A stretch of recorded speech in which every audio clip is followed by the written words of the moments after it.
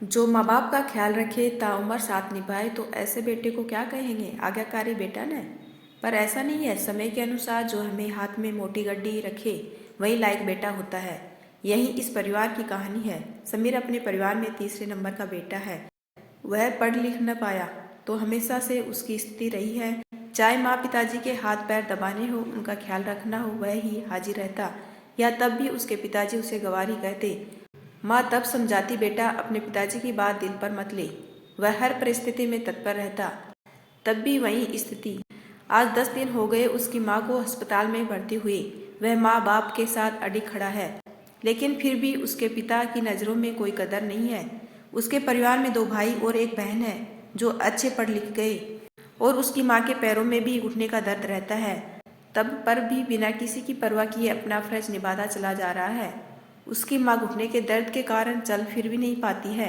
उसका सबसे बड़ा भाई संजय, सुधीर और बहन सुनीता है। वो तो माँ का लाडला था। जब भी उसे कोई गलती होती माँ हमेशा पक्ष ले लेती। उसका पढ़ाई लिखाई में मन नहीं लगा, इसलिए वह पिता की आंखों का किरकिरी बना रहा। उसके तीनों भाई बहन बहुत होशियार निकले थे। उसकी पढ़ाई न कर पाने के कारण जनरल मर्चेंट की दुकान खोल दी गई। बहन सुनीता पढ़ लिख कर अपने ससुराल चली गई और संजय इंजीनियरिंग की पढ़ाई करके नॉर्वे में बस गया। वहीं साथ में नौकरी करने वाली क्रिस्टीना से शादी कर ली और संजय हर दूसरे साल ही मिलने आता, पर भाभी नहीं। कहीं न कहीं उसकी माँ नहीं चाहती कि वह घर आए, क्योंकि भाभी की छवि भारतीय नहीं थी। न सिर पर पल्लू, न बात करने का लहजा जो हम सबको अच्छा लगे।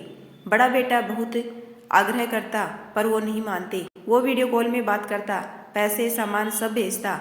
उसके माता पिता से पुश्तैनी घर भी नहीं छोड़ा जाता। दूसरा भाई सुधीर हमेशा अपने पास बुलाता, पर पापा का अपने घर से मुँह नहीं छूट रहा था। वह बेंगलोर में मल्टीनेशनल कंपनी में नौकरी करता है। उसकी पत्नी भी सलवार सूट में रहती है। वह सिर चुन्नी से ढककर बात करती है। वो भारतीय संस्कार वाली थी, फिर भी माँ पापा उनके पास नहीं जाना चाहते। हर महीने कुछ न कुछ उपहार भेजता रहता था। पिछले महीने बड़ा फ्लैट टीवी लगवाया। अभी कुछ दिन पहले पापा के लिए नया मोबाइल दिया। कहते हैं ना, दूर के ढोल सुहाने होते हैं।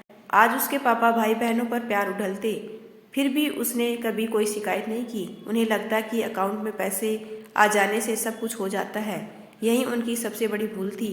आज जब अस्पताल से डिस्चार्ज होना था, तब दोनों बेटे नहीं थे। समीर ही हमेशा ख्याल रखता था, उन्हें उठाया बैठाया करता।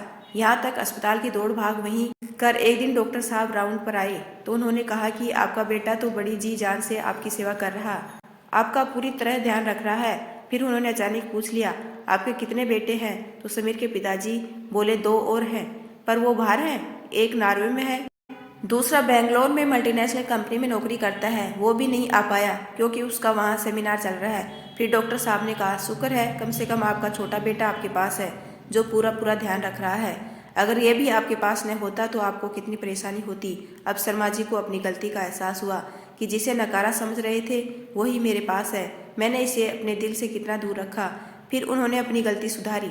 जैसा है उसी रूप में समीर को मन से अपना लिया, गले लगाकर माफ़ी मांगी। उससे कहा, बेटा तुझे कितना नकारा समझता रहा हूँ, पर तू एक टांग से हर परिस्थिति में मेरे साथ खड़ा रहा और मेरा सहारा बना।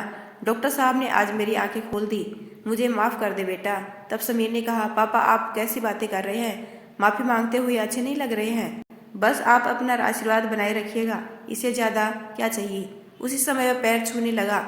तब शर्मा जी उसे उठाया और सीने से लगा लिया। ये देखकर उसकी माँ की आंखें भी खुशी से भर गई। इस तरह पिताजी के मन की खटास कम हो गई। वे जो समीर को गंवार समझते थे वह गंवार बेटा ही काम आया और माँ के लिए इतनी दौड़ भाग की। नहीं तो कहाँ मैं इतनी भागदौड़ इस उम्र में कर पाता।